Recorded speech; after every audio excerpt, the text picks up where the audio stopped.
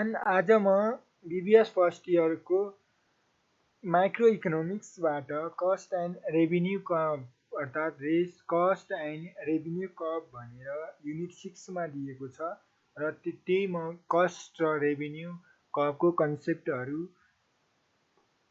Short वेमा revision गर्नको लागि एउटा भिडियो बनाउन गइरहेको छौँ र यो भिडियोमा हामी कन्सेप्चुअल अन्डरस्ट्यान्डिङ र सर्ट रिभिजन वेमा यो भिडियो तयार पारिनेछ। त्यसपछि हामी यसको डेरिभेसनहरू, यसको लागि अर्को ह्यान्ड रिटन भिडियोहरू यसपछि आउँछ र यो हामी आज यसमा कस्ट र रेभिन्यू कन्सेप्टहरू बीबीएस फर्स्ट इयरको लागि यो रहेको छ। अब यसमा हामीले कस्ट एन्ड रेभिन्यू कन्सेप्टमा अब हामी cost analysis refers to the study of behavior of cost in relation to one or more production criteria. cost analysisहरू कसरी गर्ने भनेपछि हामीले कुनै एउटा यस्तो स्टडी कुनै कन्ज्युमरहरूको अर्थात् कुनै फर्महरू, कुनै मार्केटहरूको हामीले केस स्टडी गरेर त्यहाँको बिहेभियर कस्तो छ त कस्ट त्यो मार्केटमा, त्यो अनुसारले हामीले कस्ट एनालाइसिस गर्नुपर्छ। जुन हामी एक वा एकभन्दा बढी क्षेत्रको प्रोडक्सन कतिको भएको छ त्यो अनुसारले हामीले कस्ट एनालाइसिसहरू गर्नुपर्ने हुन्छ। र यसमा हामी जस्तै के भनेछ भने namely size of output, scale of operation, price of factor of production and other relevant economic variable, यी कारणले हामी कस्ट अफ एनालाइसिस गर्न सक्छौँ। त्यसपछि इन अदर वर्ड, अर्को भाषामा भन्नुपर्दाखेरि cost analysis is concern with the financial aspect of production relation as against physical aspect which were considered in production analysis. यो भन्नु खोजेको के हो कि कस्ट एनालाइसिसले कुनै पनि फाइनेन्सियल एस्पेक्ट प्रोडक्सन गर्दाखेरि प्रोडक्सनको रिलेसनमा साथसाथै फिजिकल एस्पेक्ट अनुसार हामीले फाइनेन्सियल एस्पेक्टमा फाइनेन्सियल कस्ट एनालाइसिस कसरी गर्छौँ त्यसलाई नै हामी कस्ट एनालाइसिस भन्छौँ। प्रोडक्सन कस्तो प्रोडक्सन एनालाइसिस छ त्यो अनुसारले हामीले कस्ट डिटरमाइन गरिन्छ भने त्यसलाई हामी कस्ट एनालाइसिस भन्छौँ। टाइप्स अफ कस्टहरूमा पहिलोमा हामी एक्सप्लिसिट कस्ट र अर्कोमा हामी इम्प्लिसिट कस्टको बारेमा यो डिफ्रेन्स बिट्विन जस्तै हो। र हामी एक्सप्लिसिट कस्ट भनेको के हो? Cost which involve cash outflow to factor of production, यस्तो कस्ट जुन हामीलाई क्यास आउटफ्लो हुँदाखेरि फ्याक्टर अफ प्रोडक्सनमा लाग्ने त्यतिखेरकोलाई हामी एक्सप्लिसिट कस्ट भन्छौँ भने cost which do not involve any cash payment to outsider. र इम्प्लिसिट कस्ट भनेको कस्तो कस्ट हो? यस्तो कस्ट जहाँनिर हामी कुनै आउटसाइडरलाई क्यास पेमेन्ट गरिरहेका छौँ भने त्यो कस्टलाई हामी इन्भल्भ गर्दैनौँ, त्यसलाई नै हामी इम्प्लिसिट कस्ट भन्छौँ। अब हामी एक्सप्लिसिट कस्ट भनेको के हो? एक्सप्लिसिट कस्ट भनेको record the books content please hold.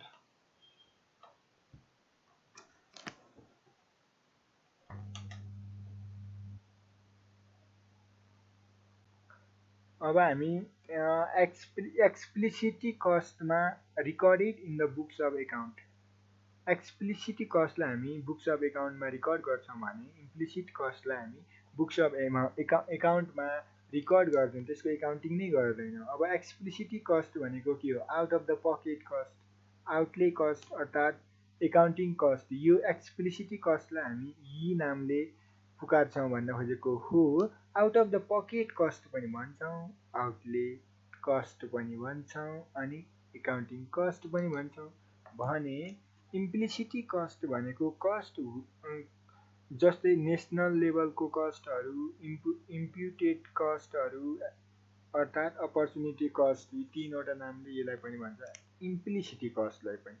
अब हामीले इकोनोमिक कस्ट भन्ने त सुनेको हुनु पर्यो।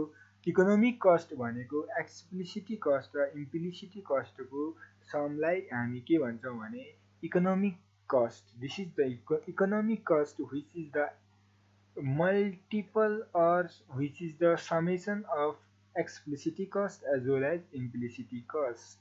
After this, we move forward. Comparison of the explicit cost and implicit cost in different situations. विभिन्न सिचुएसनमा एक्सप्लिसिट कस्ट विभिन्न सिचुएसनमा विभिन्न परिस्थितिमा हामीले एक्सप्लिसिट कस्ट र इम्प्लिसिट कस्टलाई कसरी कम्पेरिजन गर्छौँ भने फ्याक्टर अफ प्रोडक्सनहरू हामीलाई चारवटा थाहा हुनु पर्यो। Land labour capital entrepreneur factor of production यी धेरै इम्पोर्टेन्टहरू हुन्। ल्यान्ड लेबर क्यापिटल र इन्टरप्रिनियर। अब हामीले रिवार्ड कस्टहरूमा जस्तै रेन्टहरूमा ल्यान्ड अनि त्यस्तै गरी लेबरहरूलाई हामीले के स्यालेरी वेजेस दिन्छौँ अनि रेन्ट ल्यान्ड कुनै लिजमा ल्यायो भने अनि क्यापिटल भनेको त क्यापिटल ल्यायो भने त इन्ट्रेस्ट आउँछ या जान्छ। इन्टरप्रिनियर भनेको प्रोफिटबाट बाँड्ने हो। तिनीहरू रिवार्ड अर्थात् कस्टहरूलाई अब reward in explicit cost if र reward in implicit cost if भनेर यो हामीले कम्पेरिजन विभिन्न सिचुएसनहरूमा गर्न सक्छौँ। यसमा यो क्वान्टिटीहरू चढाउने हो। जस्तै अब रेन्ट कति दियो अनि एक्सप्लिसिट कस्टमा कति दियो भनेर त्यो हो। त्यसपछि हामी अपर्च्युनिटी कस्ट भनेको के हो? अपर्च्युनिटी कस्ट भनेको कस्ट सेक्रिफाइस मेड भनेको हामीले अपर्च्युनिटी भनेको अब जस्तै कुनै अपर्च्युनिटी पायो भने हामीले पाइरहेको कस्टलाई पनि हामी गुमाउनुलाई के भन्छ? Opportunity cost. Cost sacrifice made or opportunity forgone in accepting the next best alternative। यो सर्ट नोटमा आउन सक्ने कस्ट हो। अपर्च्युनिटी कस्ट भनेको के हो भन्दाखेरि जुन कस्टले हाम्रो सेक्रिफाइसलाई मेड गर्छ साथसाथै opportunity foregone in accepting the next alternative method. अर्को अल्टरनेटिभ कुनै अर्को वैकल्पिक हामीले कुनै फर इक्जाम्पल यो हामी इक्जाम्पलबाट बुझौँ है। जस्तै एउटा कुनै नुडल्स चौधरी ग्रुपको फर्म छ भने त्यसले के अरू बेस्ट अपर्च्युनिटी अर्थात् अल्टरनेटिभहरू चेन्ज गर्छ, गोल डिस्प्लेसमेन्ट गर्छ या के गर्छ भने त्यतिखेर त्यसले कुनै अर्को कस्ट अर्को गुडहरू कि अर्को फेसिलिटीहरू प्रोभाइड गर्छ भने त्यतिखेर हामीले अहिले नुडल्सहरूमा लागिरहेको त कस्ट त्यो त हामीले गुमाउनु पर्यो हो। त्यसलाई भन्छ opportunity cost opportunity forgoing accepting next best alternative भनेर। त्यसपछि हामी आयो तपाईँको बीमा छ के भन्छ अपर्च्युनिटी कस्टलाई। Opportunity cost arises only when alternative are available. Opportunity cost त्यति बेला मात्र आउँछ जतिखेर अल्टरनेटिभहरू एभाइलेबल हुन्छ। यदि कुनै अब कुनै वैकल्पिक अर्थात् अल्टरनेटिभ कुनै अरू कस्ट फरगन एक्टिभिटी नै छैन भने कहाँबाट अपर्च्युनिटी कस्ट आउँछ त? If a source can be put only to particular use there are no opportunity cost. यदि कुनै सोर्स कुनै पार्टिकुलर युजको लागि मात्र युज छ भने त्यतिखेर हामीले त्यहाँनिर अपर्च्युनिटी कस्टको कन्सेप्ट नै आउँदैन। Opportunity cost do not involve any cash payment such as any cash payment. कुनै क्यास पेमेन्टमा यो अपर्च्युनिटी कस्ट आउँदैन। Opportunity cost is not recorded in books of account. यो पनि अघि एक्सप्लिसिट कस्ट र इम्प्लिसिट कस्ट जस्तै यसलाई पनि हामी बुक्समा रिकर्ड गर्दैन अपर्च्युनिटी कस्टलाई। It is considered only in decision for making analytical purpose. कस्तो एनालाइसिस छ, कस्तो हामीले डिसिजन मेकिङ गर्नुपर्ने हो त्यसको बारेमा मात्र योले के गर्छ भने योले डिसिजन मेकिङ एनालाइसिसमा हेल्प गर्छ। यसलाई हामी अपर्च्युनिटी कस्ट भन्छौँ। त्यसपछि डाइरेक्ट कस्ट र इन्डाइरेक्ट कस्ट। डाइरेक्ट कस्ट र इन्डाइरेक्ट कस्ट। डिरेक्ट कस्ट र इन्डाइरेक्ट कस्ट अर्थात् डाइरेक्ट कस्ट र इन्डाइरेक्ट कस्ट। यसको डिफरेन्स बिट्विन हेरौँ त। अब बेसिस यो डिफरेन्स बिट्विन लेख्नु छ भने यदि यो प्याटर्नमा लेख्यो भने धेरै इम्पोर्टेन्ट र धेरै राम्रो पनि मानिने गरिन्छ। जस्तै हामी अब बेसिस कुन आधारमा हामीले डिफ्रेन्सिएट गर्ने त? At first we set our mind meaning. जुन पनि हामीले डिफ्रेन्सिएट गर्दाखेरि पहिलो नम्बरमा हामीले माइन्ड सेटअप गर्नु पर्यो, माइन्ड मेकअप गर्नु पर्यो, मिनिङ सुरुमै लेख्नु पर्यो। जस्तै डाइरेक्ट कस्टलाई हामी ट्रेसेबल कस्ट भन्छ। अनि इन्डाइरेक्ट कस्टलाई हामी के भन्छौँ नन ट्रेसेबल कस्ट। अब डाइरेक्ट कस्ट भित्र ट्रेसेबल कस्ट त रह्यो। अब ट्रेसेबल कस्ट र डाइरेक्ट कस्ट भनेको के हो भनेर यो मिनिङ थाहा हुनु पर्यो। Direct cost are those cost which have direct relationship with component of operation. कुनै अपरेसनको कम्पोनेन्टसँग कुनै डाइरेक्ट रिलेसन छ भने त्यसलाई हामी डाइरेक्ट कस्ट भन्छौँ भने इन्डाइरेक्ट कस्ट भनेको cost those which are not easily and definitely identifiable in relation to plant, production and process or department। त्यतिखेर हामी इन्डाइरेक्ट कस्ट नन ट्रेसेबल जुन ट्रेस गर्न सक्दैन त्यसलाई हामी नन ट्रेसेबल भन्छौँ। त्यसै गरी एकाउन्टिङ वेमा हामीले डिफ्रेन्सिएट गर्दाखेरि जस्तै अब डाइरेक्ट कस्ट भनेको they are charge directly to प्रोडक्टमा सिधै डाइरेक्टली चार्ज गर्ने हो भने इन्डाइरेक्ट कस्टमा apportion on the suitable basis. Apportion भनेको त्यसको बाँडफाँड कसरी गर्ने त त्यसलाई डिभिजन कसरी गर्ने त्यो सुइटेबल बेसिस अनुसारले हामीले इन्डाइरेक्ट कस्टलाई एनालाइसिस गर्छौँ।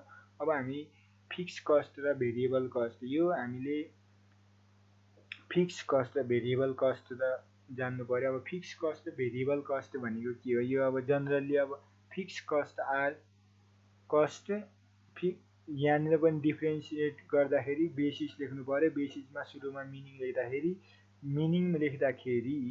Fix cost are those cost that do not vary with output up to certain level of activity. केही निश्चित लेभल अफ एक्टिभिटीमा फिक्स कस्ट भनेको यस्तो कस्ट हो जुन भ्यारी गर्दैन लेभल अफ आउटपुटको कारणले। फर इक्जाम्पल जस्तै तपाईँहरूले कुनै गाई या कुनै गाईको एउटा कुनै फार्म छ अथवा कुखुराको फार्म नै छ अनि त्यसमा फिक्स कस्ट भनेको त रेन्ट छ। एउटा त्यो रुमभित्र 1000वटा कुखुराहरू राख्नुहोस् rent will be fixed. 1 lakh राख्नुहोस् रेन्ट विल बी फिक्स। एउटा दुईटा राख्नुहोस् रेन्ट विल बी फिक्स हो। त्यसलाई हामी त्यस्तोहरूलाई फिक्स कस्ट भन्छ। त्यहाँ नम्बर अफ आउटपुटमा त्यो भेरी गर्दैन। केही निश्चित लेभल अफ एक्टिभिटीहरूमा मात्र भन्यो है। त्यसपछि अब भेरिएबल कस्ट भनेको just opposite of fix cost. Variable cost are cost that vary based on level of output कति नम्बर अफ आउटपुट प्रोड्युस गर्यो त्यति नम्बर अफ भेरिएबल कस्ट लाग्छ भने। जस्तै फर इक्जाम्पल अब जस्तै हामीले कुनै गाईको फार्महरू छ अथवा त्यही ह्यानहरूको फार्महरू के अरे पोल्ट्री फार्महरू छ भने त्यो पोल्ट्री फार्ममा त्यहाँनिर भित्र रहेका त्यो कुखुराहरूलाई यदि कतिवटा हामीले कुखुरा त्यही अनुसारको तिनीहरूलाई दाना पानी खुवाउनु पर्यो कि परेन हो त्यही अनुसारको कस्ट पनि पर्यो। त्यसलाई हामी भेरिएबल कस्ट भन्छ। अनि अब रिलेसनसिप के हो त भन्दाखेरि also call period cost. Fix कस्टलाई हामी पिरियडिक कस्ट पनि भन्छौँ भने भेरिएबल कस्टलाई हामी प्रोडक्ट कस्ट पनि भन्छौँ। अनि व्हेन इन्कर्ड कहिले आउँछ त इन्कर्ड भनेको यो कहिले लागु हुन्छ त fix cost they are incurred even at 0 level of output भनेको यदि तपाईँको त्यो अघिको इक्जाम्पलमा कुनै पोल्ट्री फार्ममा यदि रेन्टमा ल्याएको छ भने इभन त्यसभित्र रेन्टमा ल्याएको छ भने त्यो भित्र एउटा पनि कुखुरा छैन तर पनि रेन्ट फिक्स हुन्छ। That is even before output is produce.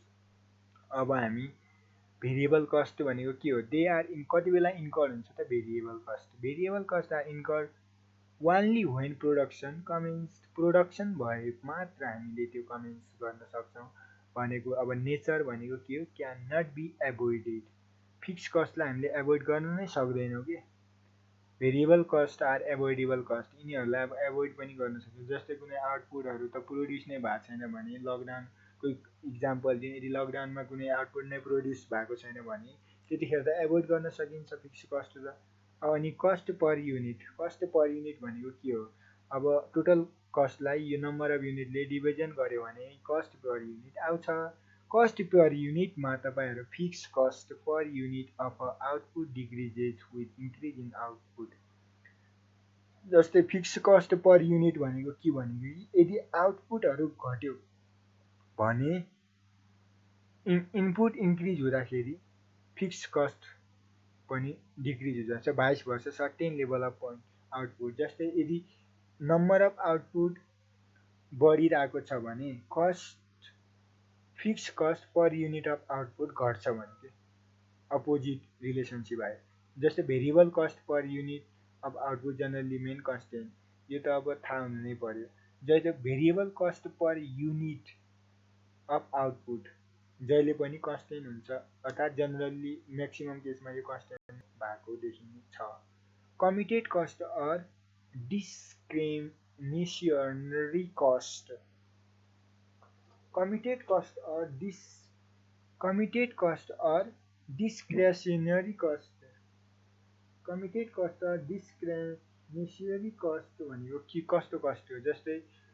Committed कस्टहरूलाई control the cost can not be control अनि डिस्क्रेसनरी फिक्स कस्ट भनेको this cost can be control as the part of management decision अनुसारले चाहिँ control गर्न सकिन्छ यो control गर्न सकिँदैन अनि त्यसपछि हाम्रो इन्फरेन्समा also known as unavoidable fixed cost यो अर्को नाम हो कि यो एभोइडेबल कस्ट फिक्स्ड कस्ट र अनएभोइडेबल फिक्स्ड कस्टको यो अर्को नाम हामीले जस्तै अनएभोइडेबल कस्टलाई हामी कमिटेड फिक्स्ड कस्ट भन्छौँ भने एभोइडेबल कस्टलाई डिस्क्रिसनरी फिक्स्ड कस्ट यी दुईटाको डिफ्रेन्स लेख्दा पनि भइहाल्यो त्यसपछि हामी टाइपहरूमा हिस्टोरिकल कस्टहरू भनेको कस्तो कस्ट हो हिस्टोरिकल कस्ट भनेको हिस्टोरिकल कस्ट र implicit cost explicit cost economic cost historical cost and replacement cost अब हामी आयो हिस्टोरिकल कस्ट अब हिस्टोरिकल कस्ट भनेको कस्तो cost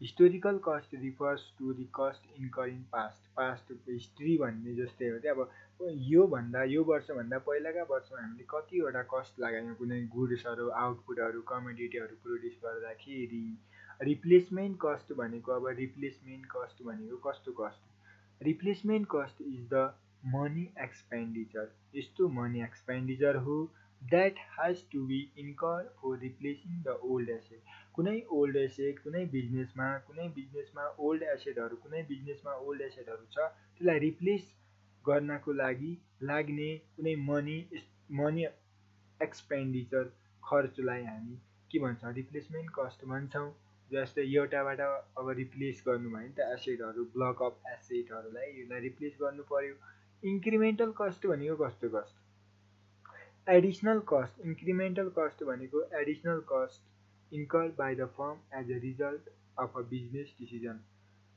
incremental cost incurred by a firm as a result of business decision भनेको यस्तो एडिसनल कस्ट हो जुन कुनै फर्ममा जनरली आउने गर्छ र कुनै बिजनेसको डिसिजन गर्दाखेरि आउने त्यसलाई हामीले इन्क्रिमेन्टल कस्ट भन्छ सङ्क कस्ट भनेको कस्तो कस्ट सङ्क कस्ट भनेको कस्तो कस्ट हो सङ्क कस्ट भनेको कस्तो कस्ट हो रिप्लेसमेन्ट कस्ट पछि सेपरेबल कस्ट र कमन कस्ट पनि त्यसपछि छ अनि जस्तै सङ्क कस्ट भनेको cost refers to those cost which are already incur once at all for can not be recover जो एकचोटि भयो त भयो तर त्यो अब रिकभर हुन सक्दैन अनि प्राइभेट कस्ट भनेको cost are private cost are cost actually incurred by provided by firm and either explicit or implicit कस्टलाई प्राइभेट कस्ट भन्छ सोसियल कस्ट भनेको social cost refers to total cost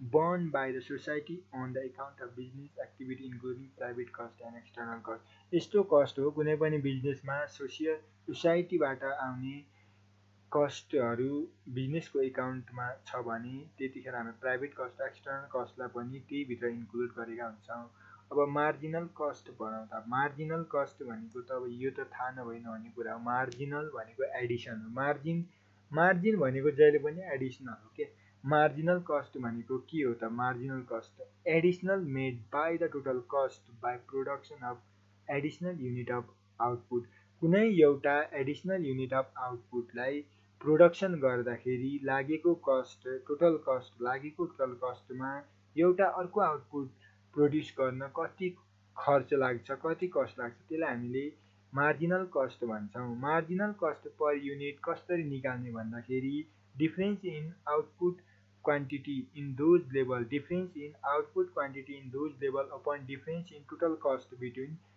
two output level. यो चाहिँ formula रह्यो। अनि अब behaviour of marginal cost curve. Marginal cost कर्वको कस्तो कस्तो बिहेभियर छ त? मार्जिनल कस्ट कर्वको कस्तो कस्तो बिहेभियर छ त? अनि अब हामी के रे behaviour of marginal cost is the reverse of behaviour of marginal product. MC र एमपी को रिलेसनशिपहरू जस्ट अपोजिट छ। Under the law variable proportion, यो कुन केसमा? भेरिएबल प्रपोर्सनको केसमा। अनि marginal product MP curve rises first. सुरुमा हाम्रो मार्जिनल कस्टमा ल भेरिएबल प्रपोर्सनमा सुरुमा त मार्जिनल प्रोडक्ट बढ्छ, त्यसपछि म्याक्सिमममा पुग्छ, त्यसपछि घट्छ, then decline as seen in the law variable proportion. So marginal cost MC curve of a firm decline first. त्यस कारणले मार्जिनल कस्ट एमसी कुनै फर्मको डिक्लाइन सुरुमा हुन्छ। मार्जिनल कस्ट त सुरुमा घट्छ, त्यसपछि रिच मिनिमम अनि then rises, hence marginal cost curve of a firm is U shape. Marginal cost जहिले पनि यु शेपको हुन्छ। जस्तै सुरुमा यस्तो छ, घट्यो घट्यो घट्यो घट्यो घट्यो, यो डिक्रिजिङ नेचरको हुन्छ, घट्यो घट्यो घट्यो अनि फेरि के भयो? मिनिमम भयो अनि फेरि बढ्छ। त्यो यु शेपकोलाई हामीले मार्जिनल कस्ट भन्छ।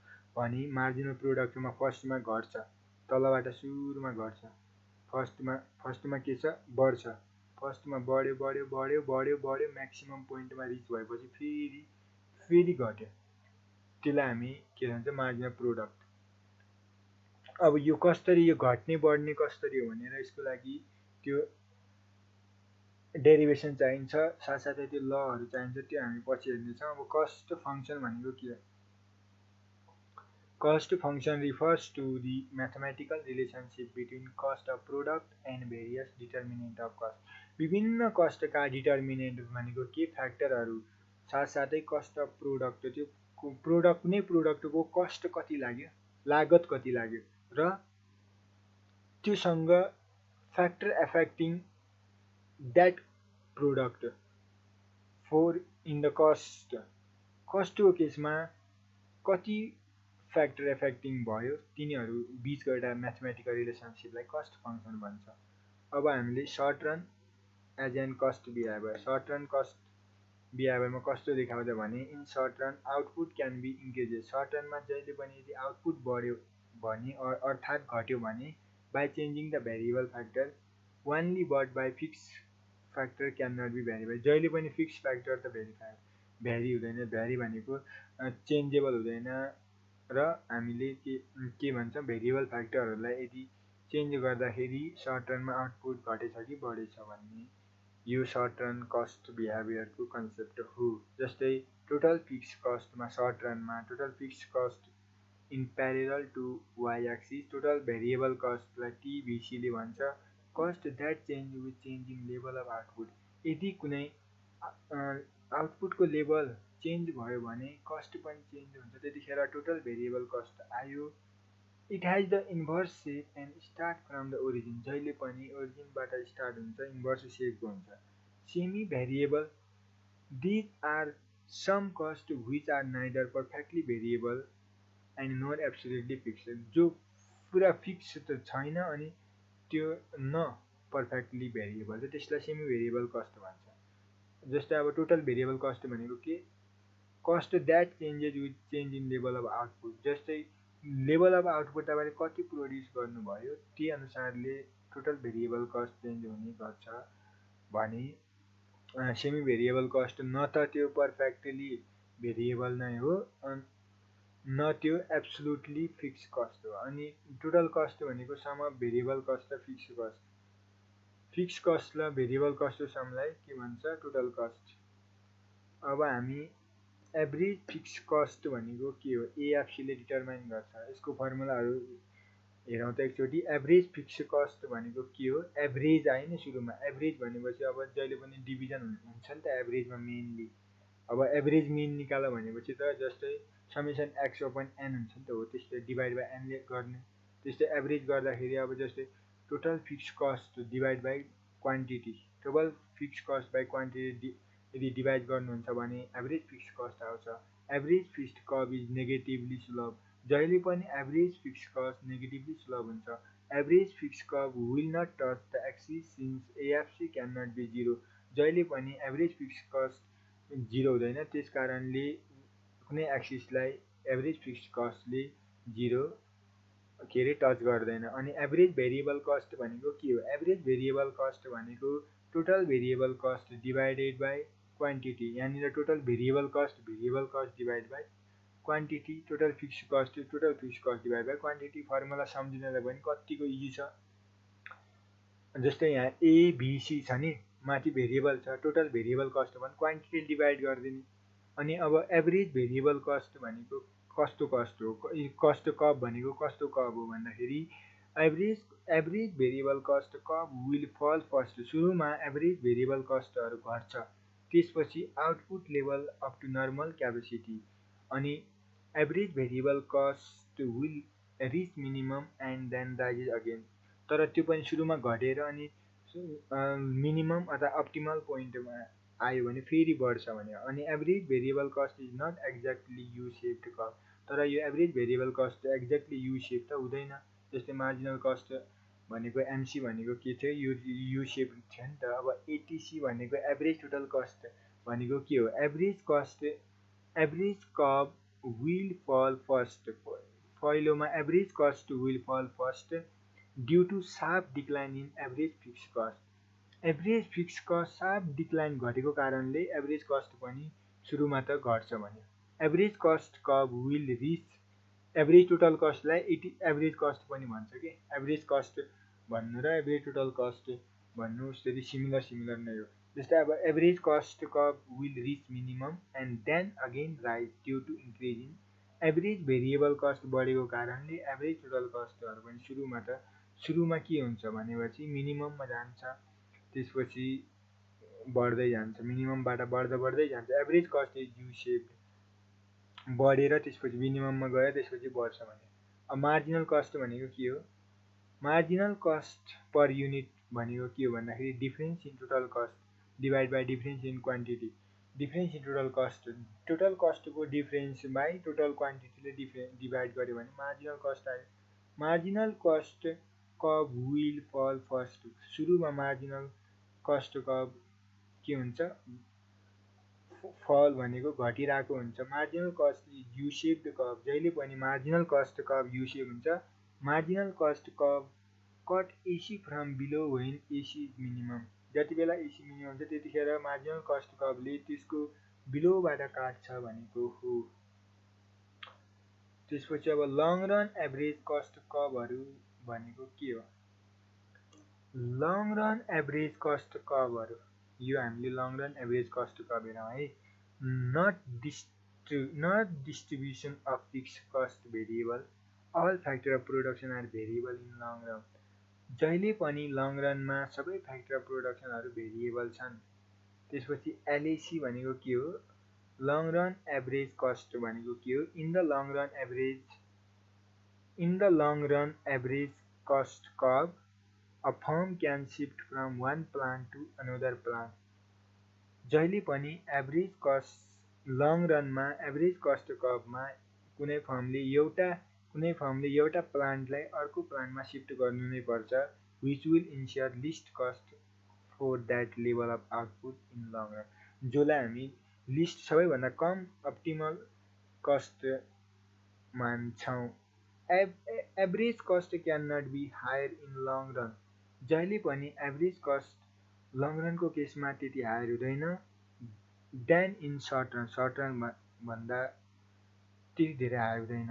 Then LAC is the least cost combination of any particular output level।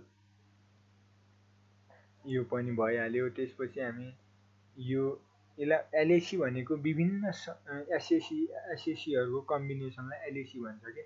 Long run variable cost भनेको लङ रन एभरेज कस्ट भनेको जस्तै short run average cost S1 अनि SAC1 short run average cost 2 अर्को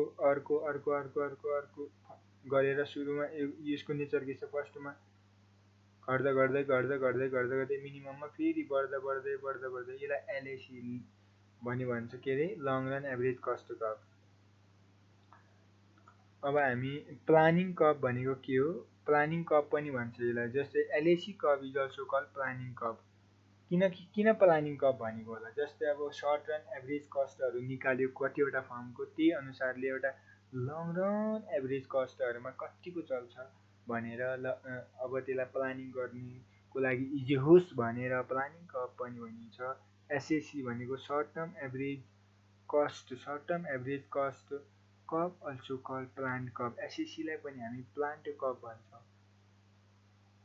SSC भनेको short term average cost छ नि SAC, short term average कस्टलाई हामी प्लानिङ कर्भ भन्छौँ भने के अरे प्लान्ट कर्भ, जस्तै एउटा प्लान्ट लियो अर्को प्लान्ट लियो भने नि त एसएसिएन भनेको कुनै एउटा प्लान्टको कर्भ बनाएको हो त्यस्तै कर्भहरूलाई हामी प्लान्ट कर्भ भन्छौँ भने, अनि ती सबैको एउटा समेसन कमलाई हामी के भन्छौँ प्लानिङ कर्भ भन्छौँ। एलएसी डिराइभ फ्रम एसएसी, जहिले पनि long term average cost short term average कस्टको अनुसारले हुन्छ। अब long term average cost curve is derived as envelope tangents of SAC curve further भनेको, जस्तै यो कर्भमा एसएसी1 एसएसी2 एसएसी3 एसएसी4 जस्तै 5 जतिवटा पनि एसएसी सर्ट टर्म एभरेज कस्टहरू छ तिनीहरूलाई टेन्जेन्सियली ड्र गरेर आउनेलाई हामी एलएसी भन्छौँ। अब LAC curve is U shape, जहिले अब हामी LAC curve long term average cost पनि जहिले पनि यु सेप हुन्छ due to operation of laws of returns to scale. यो पनि पढ्नुपर्ने छ हामीले, laws of returns to scale. त्यसपछि selecting the suitable SAC curve at different output level. त्यसपछि note the firm should select SAC not lowest point of that SAC. त्यसपछि during the LAC curve in case of numerous or SAC curve, the diagram of LAC is drawn. Smooth curve is tangent to each of the SAC curve. When LAC curve is the declining, LAC will be tangent. जति बेला हामीले LAC curve घट्दैछ भने LAC पनि घटेको हुन्छ, तर tangent draw गर्दाखेरि त्यो फलिङ पोर्सनलाई हामीले SAC कर्भ भन्छौँ।